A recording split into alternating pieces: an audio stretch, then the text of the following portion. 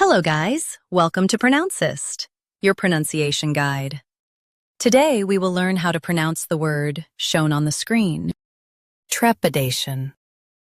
First, let's hear its American pronunciation. Trepidation. Now, read the syllables of U.S. pronunciation shown on the screen naturally. Trep. Day. Shun.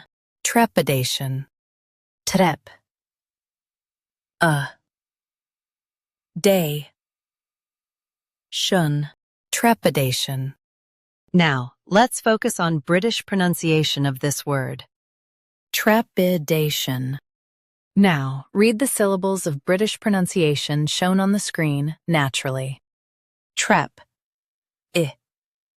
Day. Shun. Trepidation. Trep. Day. Shun. Trepidation. Emphasize day and keep shun light.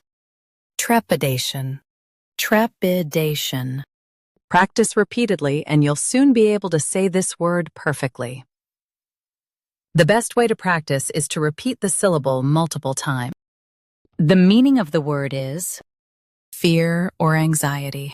Try repeating this word several times to improve your pronunciation. We post daily videos on useful and commonly mispronounced words to help you speak clearly and confidently.